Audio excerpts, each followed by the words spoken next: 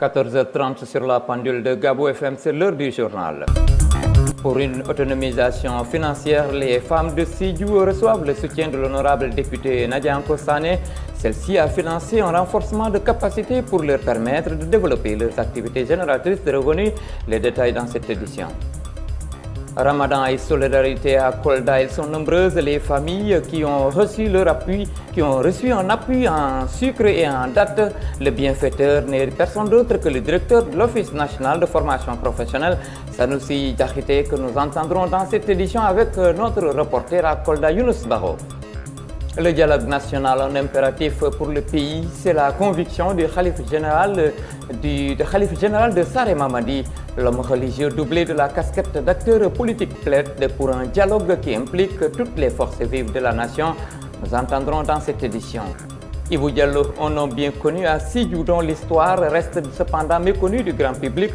L'homme dont le premier lycée de la région porte le nom était une personnalité donc qui a un parcours multidimensionnel. Découverte de cet homme exceptionnel dans cette édition avec Amadou Bamba Dramé. Ce sont là donc les titres d'une édition que j'ai l'immense plaisir de vous développer après ceci. Le journal avec Noa Collé. Didier aux opérations techniques, entendez Boubacar Sissé, nous ouvrons ce bulletin d'information par cette page nécrologie avec les populations d'Elinkine situées dans la commune de Moulompe. C'est dans le Kassa bien sûr, ces populations étaient dans l'émoi et la tristesse suite à la mort par pendaison d'un des leurs ce lundi. Il s'agit de Seydou Kamara. Seydou Kamara, donc un jeune enseignant qui a été retrouvé mort, la corde au cou, suspendu à un arbre. Le drame s'est produit à quelques encablures du village derrière le centre régional d'instruction commando de Elinkine, dans une forêt interdite à la population. Selon des témoignages recueillis sur place, le défunt avait prémédité son acte puisqu'une lettre a été trouvée par sa famille. Le commandant de brigade de la gendarmerie de Oussouye et les sapeurs-pompiers du Cap Skirring se sont transportés sur les lieux du drame. Après constat, la dépouille de Seydou Kamara a été déposée à la morgue du centre de santé d'Oussouye aux environs de 15 heures de l'après-midi. La suite sera déterminée par une enquête ouverte par les forces de l'ordre. La suite de cette édition après ceci. J'écoute Gab FM 106.4, la meilleure des radios. Je vous le disais en titre, à Sédhiou, les femmes s'investissent dans la formation en teinturerie et dans la transformation céréalière. C'est à l'initiative de l'honorable député Nadia Anko Sané qui entend accompagner leur autonomisation financière. Elle s'engage aussi à assurer la labellisation des produits pour faciliter leur commercialisation. C'est ce que nous dit Ibrahim Diallo. La formation avant le financement, l'honorable député Nadia Anko Sané accompagne les femmes de Sédhiou en teinturerie et en transformation céréalière grâce à l'appui de la Direction nationale de l'artisanat. On a formé en teinturerie et en transformation céréalière en céréales enrichies. Par exemple pour les enfants qui sont un peu de santé fragile, pour essayer de les renforcer en termes de nutriments, de vitamines. Je dois cette formation au DG de l'artisanat, Monsieur Diakhité. Ils ont amené d'abord du matériel pour leur permettre de faire leurs sachets et des différentes sortes de tamis pour leur permettre vraiment de travailler et avec de la qualité. Elles ont fait une expérience ici très enrichissante parce que nos femmes n'ont pas l'habitude de faire des transformations en nebadaï. Sur de nebadaï, je ne l'avais pas encore vu. Elles en ont fait. Les 2 bouteilles sont les échantillons parce que tout ce qu'elles ont fait hier, les gens ont profité et les ont tous achetés. Maintenant ça, c'est du soumpu. Je ne sais pas son nom français, mais c'est du soumpu en marmelade et puis en jus. Les femmes bénéficiaires de cette formation qui nourrit aussi l'espoir de capter d'autres financements en redemandent encore. Légui nak li ñuy ñaan moy nañu dimbali ñu defaat yeneen formation transformation yoo xam ne lekk yoo xam ne ak loo xam ne cuub yoo xam ne loolu mën nañ ko consommer fii ci Sédhiou financement moom mën nañu ci jàppale bu baax. Parce que le financement bi tax liggéey bi dem. La labellisation pour faciliter la commercialisation des produits est déclinée par l'honorable député Nadia Anko Sané comme une priorité à laquelle elle va s'attaquer. Merci Ibrahim Diallo. La place de la femme dans la société, c'est l'objet de la conférence religieuse tenue ce dimanche à Ziguinchor par les femmes de l'association ASCOF, entendez Association de soutien au commerce et à l'organisation des femmes. Cette conférence religieuse a permis à ces femmes de toute obédience de se retrouver, notamment les membres du COSEF, autour de ce thème. Fatou Bintoumbo est la présidente d'ASCOF. Elle est interrogée par Alexis Sagna. Nous avons tenu à choisir un thème qui pourra bénéficier à toutes les femmes, chacun dans sa confession religieuse déjà, et qui pourra servir tout simplement de façon générale à toutes les femmes. C'est pour ça que nous avons tenu à choisir ce thème. C'est le mois de Ramadan, mais c'est un mois de partage. C'est un mois de recueillement, donc c'est un mois aussi de pardon et d'échange. Donc on s'est dit pourquoi pas choisir ce moment-là pour... Je pense que peut-être pour améliorer un petit peu notre façon d'agir dans la société, parce que je pense que chaque femme dans son domaine déjà joue sa partition et le joue assez bien. Mais ces occasions-là nous permettent encore une fois d'échanger, de partager et de nous poser les bonnes questions et de poser aussi à des personnes expertes, parce qu'aujourd'hui on a tant les représentants des musulmans que les représentants des chrétiens sur place. Donc c'est aussi l'occasion de magnifier le dialogue islamo-chrétien. Et vous suivez en ce moment le bulletin d'information de proximité. Je vous le disais en titre, élan de solidarité en ce mois béni de Ramadan, le directeur général de l'Office national de formation professionnelle, Sanoussi Diakité, a offert un don composé de sucre et de dattes à ses sympathisants et militants du département de Kolda. La cérémonie de remise s'est tenue ce dimanche en présence des bénéficiaires. Pour plus de détails, cette correspondance de Younous Baro. 1 tonne de sucre et 300 kg de dattes, c'est la totalité du don que le directeur général de l'Office national de formation professionnelle a offert à ses sympathisants démunis.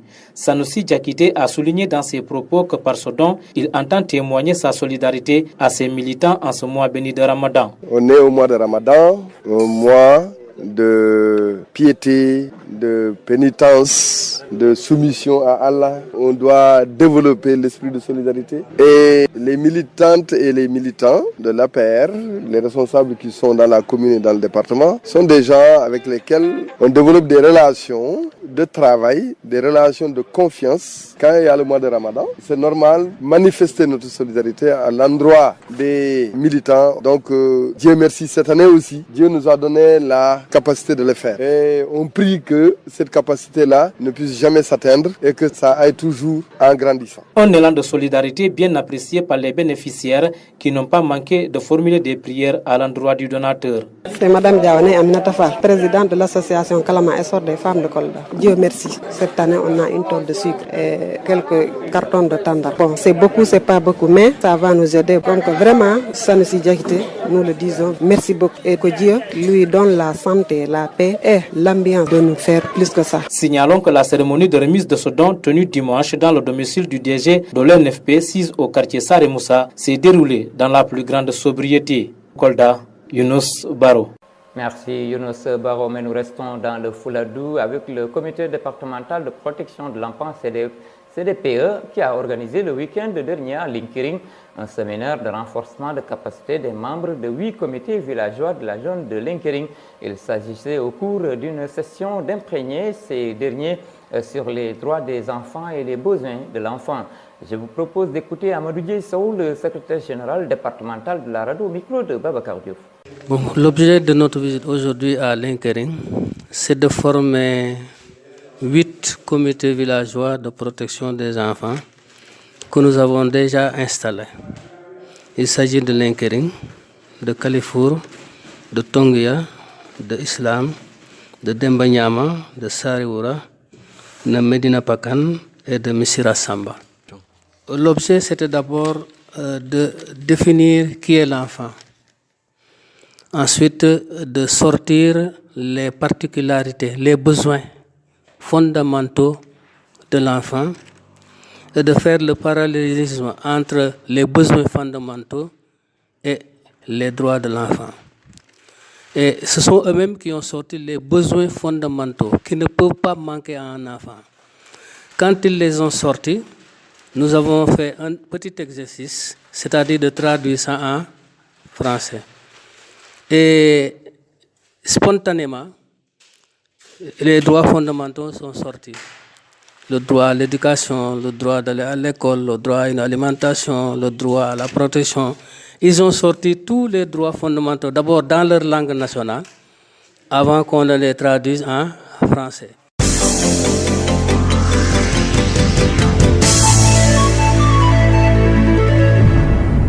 Dernier élément de ce bulletin d'information, il nous amène à la découverte du parrain du premier lycée de la région, Ibou Diallo, puisque c'est de lui qu'il s'agit, était le premier député maire de Sédhiou. Il a tiré sa révérence à 42 ans. C'est une présentation signée Amadou Bamba. Fils de Mamadou Lamine alias Baba Sirandin et de Mariama Diallo, encore appelé Moussouba, Ibrahima Diallo, connu sous le nom de Ibou Diallo, est né en 1915 à Sédhiou.